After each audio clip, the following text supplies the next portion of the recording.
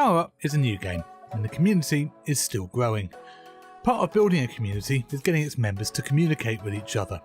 With PowerUp, there are some limitations on getting players talking to each other because we don't have a chat box at the tables. The reasons for not having a chat box are varied and fantastically numerous.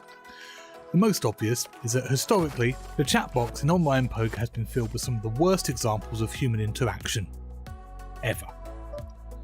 Some of these interactions I've had over many years of playing online poker are far too vulgar to publish, so I'm really not surprised that PowerUp did away with the chat box entirely. The problem that this leaves us is, how do players interact with each other? Building a community requires communication, and how can we do that when we can't message each other? We do have the Hearthstone style pre-made message options in the client.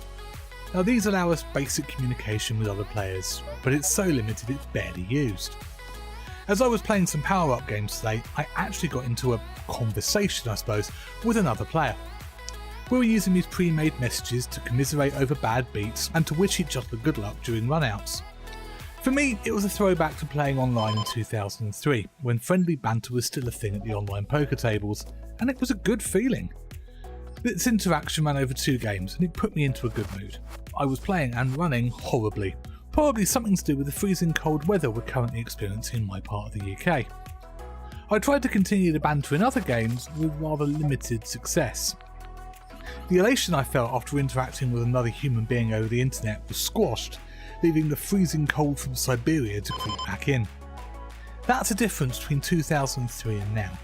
Back in the good old days, recreational players were open to talking to each other. It was a holdover from playing live, where table talk was part of the experience. You made new friends at the table, both live and online.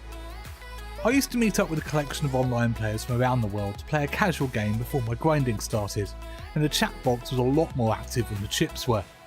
Today, even at the live tables, players are silent, headphones in, listening to music, podcasts or whatever, and not interacting with the other players.